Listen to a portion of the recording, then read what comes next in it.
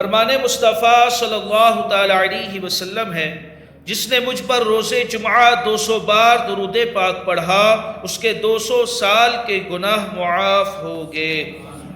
صلو علی الحبیب صلی اللہ تعالی علی محمد صلی اللہ تعالی علیہ وسلم۔ دعا قبول ہوتی ہے۔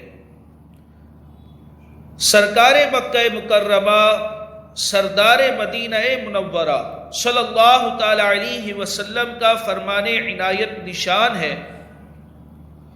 جمعہ میں ایک ایسی گھڑی ہے کہ اگر کوئی مسلمان اسے پا کر اللہ عز و جل سے کچھ مانگے تو اللہ عز و جل اس کو ضرور دے گا۔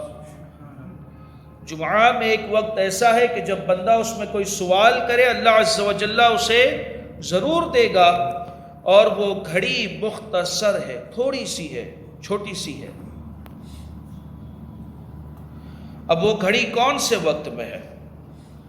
تو حضور پر نور شافع یوم النشور صلی اللہ تعالی علیہ وسلم کا فرمان پر سرور ہے، جمعہ کے دن جس ساعت کی خواہش کی جاتی ہے، جمعہ کے چونکہ اس وقت میں دعائیں قبول ہوتی ہے، تو جمعہ کے دن جس ساعت کی خواہش کی جاتی ہے، جس گھڑی کی، جس وقت کی خواہش کی جاتی ہے، اسے عصر کے بعد سے غروب آفتاب تک تلاش کرو۔ صاحب بہار شریعت کا ارشاد، حضرت صدر الشریعہ مولانا محمد امجد علی اعظمی رحمت اللہ تعالی علیہ فرماتے ہیں، قبولیت دعا کی ساعتوں کے بارے میں دو قول قوی ہے۔ نمبر 1، امام کے خطبے کے لیے بیٹھنے سے ختم نماز تک۔ جمعہ کے دن جو وقت ہے کہ جس میں دعائیں قبول ہوتی ہے، تو اس میں تقریباً 40 قول ہے کہ وہ کون سا وقت ہے۔ تو ایک قول تو یہ ہے کہ امام کے خطبے کے لیے بیٹھنے سے ختم نماز تک، اور دوسرا جمعہ کی پچھلی ساعت، یعنی جمعہ کا جو لاسٹ کا وقت ہے، عصر کے بعد سے غروب آفتاب تک۔ قبولیت کی گھڑی کون سی ہے؟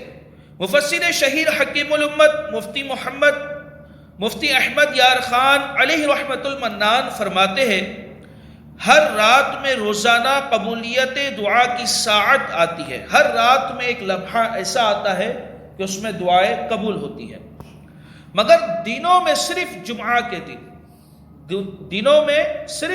کے دن وہ گھڑی آتی ہے، مگر یقینی طور پر یہ نہیں معلوم کہ وہ ساعت کب ہے۔ یہ کسی کو بھی نہیں معلوم جمعہ کے دن وہ لمحہ کون سا ہے۔ غالب یہ کہ دو خطبوں کے درمیان یا مغرب سے کچھ پہلے۔ ایک اور حدیث پاک کے تحت مفتی صاحب فرماتے ہیں، ایک ساعت کے متعلق علماء کے 40 قول ہے کہ جمعہ کے دن وہ وقت کون سا ہے۔ اس کے تحت 40 قول ہے، جن میں دو قول زیادہ قوی ہے۔ نمبر 1، دو خطبوں کے درمیان کا، اور دوسرا آفتاب ڈوبتے وقت کا، جب آفتاب ڈوب رہا ہوتا ہے۔ اسی ایک حکایت سنیے اور اس سے اس کا اندازہ لگائیے۔ حضرت سیدتنا فاطمہ الزہرا رضی اللہ تعالی عنہا اس وقت خود حجرے میں بیٹھتی، غروب آفتاب کے وقت، جمعہ کے دن غروب آفتاب کے وقت حضرت فاطمہ الزہرا رضی اللہ تعالی عنہا آپ حجرے میں تشریف فرما رہتی، اور اپنی خادمہ فضہ رضی اللہ تعالی عنہا کو باہر کھڑا کرتی۔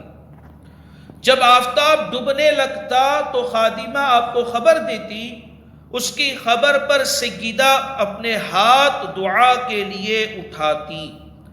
بہتر یہ ہے کہ اس ساعت میں، اب یہ جو لمحہ ہے جس میں دعائیں قبول ہوتی ہے، تو کیا مانگے؟ بہتر یہ ہے کہ اس ساعت میں کوئی جامع دعا مانگے جس کے اندر بہت کچھ مانگ لیا گیا ہو، ہے نا؟